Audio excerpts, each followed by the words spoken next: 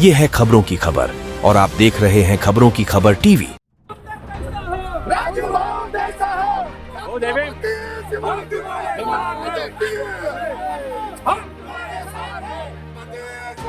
महाराज की जय, छत्रपती शिवाजी महाराज की जय। हम तुम्हारे साथ हैं, हम तुम्हारे साथ हैं।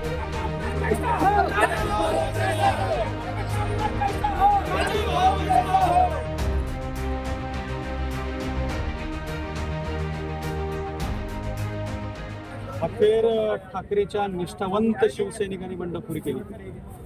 बंडखोरी मी म्हणणार नाही। मी शिवसेनेकडून पण फॉर्म भरतोय, अपक्ष पण फॉर्म भरतोय, 2 फॉर्म मी भरतो आहे। शिवसेना पक्षप्रमुख माननीय उद्धवजी ठाकरे साहेब जो आदेश देतात त्याप्रमाणे काम करणारे आम्ही सैनिक आहोत। परंतु महाराष्ट्रामध्ये अनेक ठिकाणी शिवसेनेच्या विरुद्ध काँग्रेसच्या उमेदवारांनी फॉर्म भरलेले आहेत। वरिष्ठ पातळीवर चर्चा होऊन जो निर्णय होईल तो मला मान्य असेल।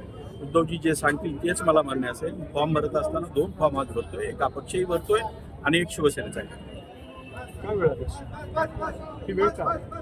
वरिष्ठ पातळीवर चर्चा चालू आहे, एक जागेवर मोजून मापून काम चालू आहे। महाराष्ट्रात सत्ता आणायची आहे, त्याच्यामुळे प्रत्येक जागेचा अभ्यास करून ही जागा कुठल्या पक्षाला द्यायला पाहिजे याचा निर्णय व्हायला थोडा वेळ लागतो, ही गोष्ट नक्की आहे। परंतु चांगला निर्णय होईल, शेवट गोड होईल एवढी मला खात्री आहे।